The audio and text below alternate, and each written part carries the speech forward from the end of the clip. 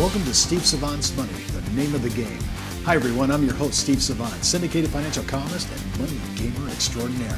Today we're talking about vetting an advisor with industry consultant Tom Carolyn. Welcome to the show, Tom. Thank you, Steve. Tom, you own one of the greatest lead generation systems that connect consumers with advisors. You won the 2014 National Award on Best Quality Leads, which means that consumers are trusting you to connect them with the right advisor. I have to say, the mail I get all the time, especially off this show, is, Steve, I really do want help. I just don't know who should I contact. How do I trust a person? I've heard the Madoff story, and it makes me upset that I don't know if I'm getting the right guy. I know that you guys do this thing called online reputation. Talk a little bit about that and why that could be helpful for our consumers. Yeah, it's critically important. What we're looking to do is we are looking to help advisors by realizing that obviously reputation is critically important, and we're looking for advisors that have clean records with departments of insurance and financial organizations, which is critically important to consumers. And consumers need to be looking for that kind of information when they're looking to connect to an advisor. So they want to be checking CRD numbers. They want to check the insurance websites. Mm-hmm. Now, CRD is the actual registered rep code, their number, which is filed. And you can go right out. If you're a consumer, say, Steve, I'd like to check on my advisor. You can check on it by going to Brokerage. I think it's brokercheck.com, and you can go out there and get, that's all free information that anybody can look at. Absolutely, and every state has an insurance commissioner website where you can go and do some research on every advisor. And you need to make sure things like their continuing ed are up to date. And now, in your company, when you're connecting consumers with advisors, if they got problems with their CRD number and or the Department of Insurance, that's a deal breaker for you. That's a red flag. That is definitely a concern. So when I'm an advisor, if I'm a consumer, I'm looking for the right advisor, and I go out online, what am I looking for? What am I really trying to seek out? You're looking for perhaps comments that other people have made or said in regard to their interaction with that advisor. You want to know if people are out there making comments, posting reviews, perhaps on their Facebook page. You might want to look there as well.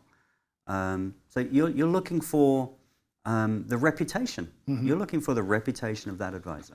Now, I've noticed that in your situation, because you do what's called this reputation strategy for advisors, and they have to clear your due diligence process before this goes on, so you can see you're vetting an advisor.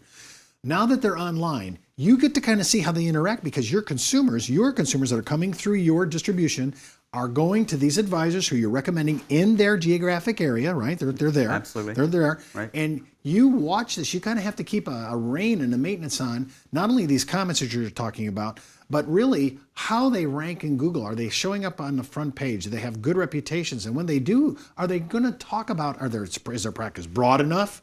Will they have multiple product lines? Because I think a lot of consumers feel like they don't want to be saddled with a person who has a single shingle mentality. All I do is sell that company. That's all I can sell. They seem to want to have a variety and have access to everything that's out there. It's definitely in the consumer's best interest if they're speaking with an advisor who has multiple products and a very healthy product portfolio. Very, very important element. It gives the advisor far more options to be able to solve your problems. So that's definitely critical. When you see an expectation on a normal consumer, he wants the basics. I just want to, he's trustworthy, he has integrity, he doesn't have a lot of bad agent or clients that would have bad experiences. Do you see consumers asking when they're vetting an advisor, what is the number one issue? What are they asking a person like yourself? I'm going to contact. What's the number one thing that keeps raising their minds to why they should pick one over another? Because there's thousands of advisors out there. Do I know anyone that has used that advisor, and what was their experience? And when you ask that, you say, how was it? What was it a good thing? Would you would you recommend them? Would you recommend them? Do you think recommendations, how big is that coming from a regular client? I mean, if the advisor is really good, should he be getting these kind of recommendations? Yeah, Nielsen reported that 72% of consumers are going to be more comfortable dealing with someone that has a published reputation. Not so much a referred from another consumer, a published reputation. Published reputation. Okay, so when we talk about published, we're talking about online. Correct. Now, I noticed that you can go and search this for yourself as a consumer, but so many consumers, how many consumers contact your organization like a day? We have thousands of consumers contacting our organization. Every day. Every day. And they're looking for answers.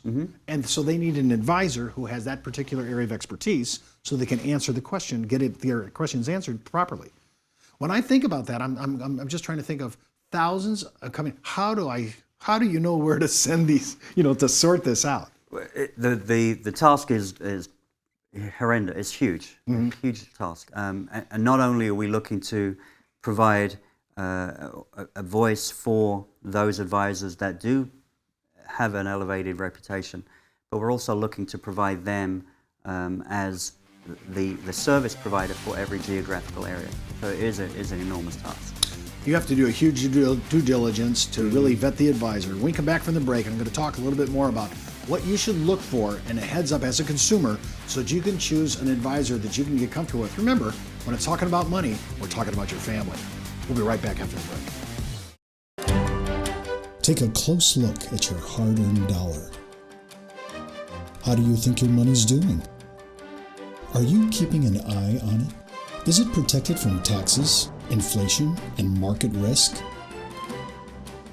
Over time, those Washingtons could become Franklins. With tax-advantaged indexed universal life, from one of the largest distributors of indexed universal life, Ash Brokerage. Well, welcome back. Of course, we're with Tom Carroll and one of our big industry giants in consumer traffic. He talks to consumers all the time. You said thousands of a day consumers are contacting you for information. There are, I don't know, I'm going to say maybe 500,000 agents that are licensed in all areas, disciplines, and I'm trying to find out the right advisor for me. How do I, as a consumer, do I have to kind of know myself before I get online? Because I kind of know, what's the old Shakespearean, to thy own self be true? Sure. I have to kind of know myself so I can match myself up with the right fit. Yeah, you have to know what you're looking for. You have to know the questions to ask. Do you think consumers at large know that? I don't. I think that there needs to be probably more education by visiting sites like the ones we mentioned, the insurance websites, where you can gather information, and they provide a lot of great information about interviewing an advisor. So a Department of Insurance has these kind of boilerplates, you're saying? They do. Now, and the security, I've seen this on the security side. I think FINRA puts out something similar where you can kind of walk through some things to look for that'll really get you in a comfort zone. Let's say I've looked through both of those organizations. I'm comfortable now with the basics that I understand. Now I have to pick between 2 or 3. I'm down to 2 or 3. How do I know, from your consultant point of view, you deal with so many advisors and thousands of consumers every day, and coming through your organization. What do I look for when I'm down to my 3? Personality matches, financial man. What am I looking for? I think you're looking for extensive portfolios. It's a very important element. You want to know that the advisor that you're speaking with has a lot of options that can perhaps fill your needs. And then beyond that, I think that then we're looking for someone who can communicate with you in a way that makes you feel comfortable. When I'm thinking about my money as a consumer, and I'm sitting for the first time with a complete stranger as a consumer, what do I tell them? As a consumer, you need to provide the information that they need to be able to identify your problem. So you need to get to the problem. What are you trying to fix? Okay, so I'm not really here to have a social experience at the first. I'm just trying to come to I have a pain point. There's a reason I'm trying to engage an advisor. So I get to that area. Let's say I'm concerned. My family has huge longevity. I'm concerned about extended care. I feel like myself and my wife, we all have this kind of serious life expectancy within our gene pool. So now I'm kind of concerned, hey, I may need assisted living. I want to talk to somebody about that. I'm down to my 3 candidates. They all say that's their area of forte. That's their experience. Am I looking at longevity? Is that an issue? How long I've been in the business? Does that play in a consumer's mind? Oh, definitely. Yeah, you are looking for longevity. That is one of the elements you are looking for. And what about if I'm there? How about, when they come, do they need to see a big office? Do they need to see the kind of veneer that makes them feel comfortable that there's a degree of success? Is success that important to them? Is the advisor's success important to the consumer? I think the advisor's success is important to the advisor. I don't think that you need to have a huge luxurious office or anything, but you need to have a degree of professionalism. And I think that communication is very important. You need to be able to communicate in a way that is their questions are answered very clearly, and they understand what you're saying. As a consumer, I have now chosen my advisor. I'm engaging my advisor. I don't know about you, but I'd like to be able to keep my advisor, right? I don't want to be trading. I notice a statistics that's just really glaring, and I want you to address this. I've noticed that many women, when their husbands died, they're World War II Korean, many of these surviving spouses and their baby boomer daughters who are helping them in their long-term care facilities are terminating their advisor relationship because they never spoke and addressed mom during all those years of financial consultant. What are they looking for? A female consumer, when she's vetting an advisor, what's a big issue for her? You know, we've said communication is critically important. Part of communication is you have to be able to listen. So you have to be able to listen to the couple, and you have to be able to listen to your female clients. When I'm thinking about education of females, consumers for vets, I'm looking at guys and gals that are already in our community who say, now we know that there's going to be a big wealth shift to women, just on the basis of dad not being around any longer. When I look at that, their needs and the way they view money is way different than men. I want to bring this up only because when you're looking at somebody, they have to have listening skills and they have to really want what you want. Your desires are more paramount than actually the math many times of our balance sheets that we're talking about. Well, that's all the time we have for our show today. I want to thank Tom Carolyn for being my special guest and today's Money Mentor. And before moving forward with any of the ideas on our show, always consult your tax advisor or legal counsel. And remember, as the good Reverend John Wesley once said, make all you can, save all you can, give all you can. I'm Steve Savant. We'll see you next week.